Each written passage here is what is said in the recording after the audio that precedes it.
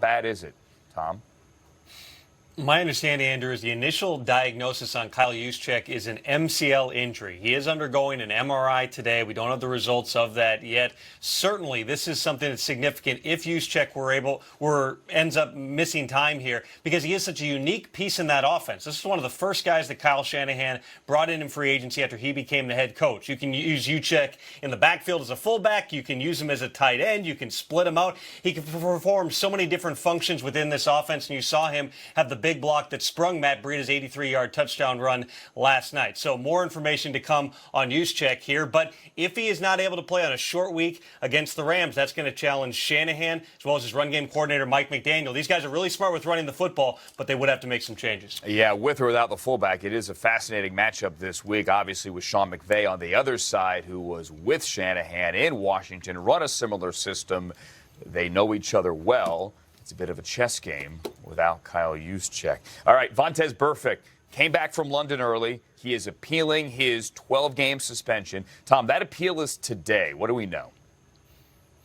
Andrew, that appeal is scheduled to start within the next hour here. He'll be represented by his agent, Lamont Smith, who tweeted something out last night during the Monday Night Football game referencing the hit on Kyle Juszczyk as well as the one on Mason Rudolph. Said, I guess those were not helmet to helmet, saying the standard is the standard, no hate. That indicates what their defense is here to try to get Vontze Burfict's suspension for the rest of the season reduced, which is it's excessive. There's never been another player, even one with Burfict's history, who has been suspended this long for an on-field act. Now, the appeal is going to be heard by Hall of Fame linebacker Derek Brooks. He's one of the two jointly appointed appeals officers who hears these cases. You can expect a decision sometime within the next few days. I'm told Vontze Burfict is not actually going to be in person for this. He's likely going to participate via phone. That's not entirely unusual. A lot of players end up participating in appeals by the phone, Andrew. All right, beginning in about an hour, we'll be updating you when we know more. Thank you, Tom Pelissero. The latest on the Vontze Burfict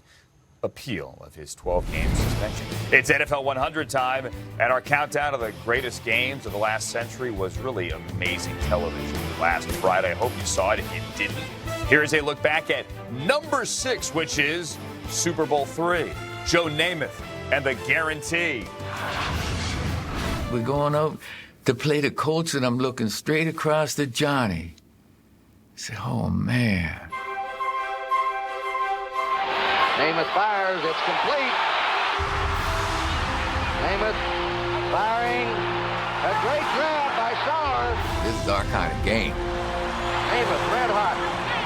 Everybody thought he'd get killed in this game. It's unreal. Not only did they win a game, but they really blew them out. The Jets beating the Baltimore Colts 16-7 gives the AFL the first Super Bowl championship. They said it would be years before they play a close game, and they almost shut out the Colts today. The league changed that day.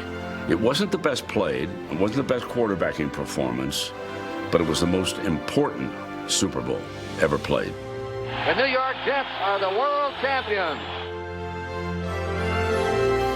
NFL 100 greatest plays and games now done. We're going to continue the countdown to the greatest characters, and that's coming up this Friday, 8 p.m. Eastern Time on NFL Network. Super Bowl III is one, Charlie, they talk about not just in the NFL, but really in the history of the last couple of decades of American sports. Where were you January 12, 1969? I was sitting in my dorm at Springfield College, watching the game. Now, you got to put this in perspective. The Colts had only lost 2 games of their last 28 games. The 2 Super Bowls before that were dominated by the NFC's Green Bay Packers. So the Colts come in here, beat the Browns in the championship game 34-0. The point spread, hey, it could have been 50 points. No one is giving the Jets a chance. Now, you got to understand, I grew up in that area. So I remember, I was a Jet fan. I was a Giant fan. I'm rooting for the Jets. I'm on the edge of my seat. When Snell makes that touchdown, I'm jumping up, going, Sco, we got a chance, we got a chance. But you waited till the last play of the game before you ever thought you could win. I still get goosebumps now watching the highlights of that. I mean, that's the most amazing football game I would say. Biggest upset in the history of the National Football League. And as Brent Musburger said, it changed the perception. Hey, that's not a Mickey Mouse League anymore. They're big time.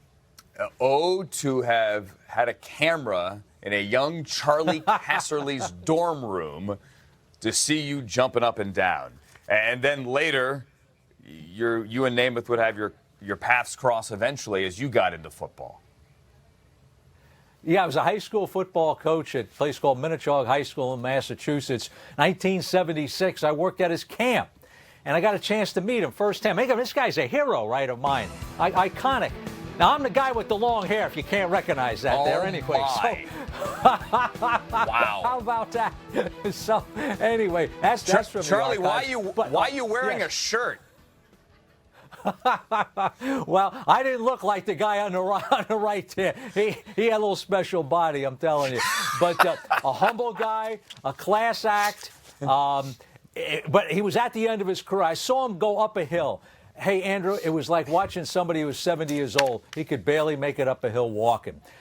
They had a game, softball game. We're all rotating positions. I'm a coach in first base. He gets on base. He says, would you please run for me? This is Joe Namath. Yes, sir, I'm going to run for you. But the classic story is this. Say I had this hotshot kid, it's a camp, see? Hotshot kid, and he thought he was big stuff there. So he throws a ball, and the receiver drops it. So he's getting all mad, and he's going like this and everything. Hey, Namath walks over to him, puts his arm around him. He says, son, you're going to throw a lot more bad balls than that boy's ever going to drop. Just remember that. Now, that's Joe Namath. Final story, that's 1976. It was his last year with the Jets, 77. I was in the NFL 2 years later. He was out of the NFL. Unbelievable. A very fortunate life I've had. Yep. Those are great stories, Charlie, and we just love seeing your Instagram. This is Charlie's Instagram from 1969.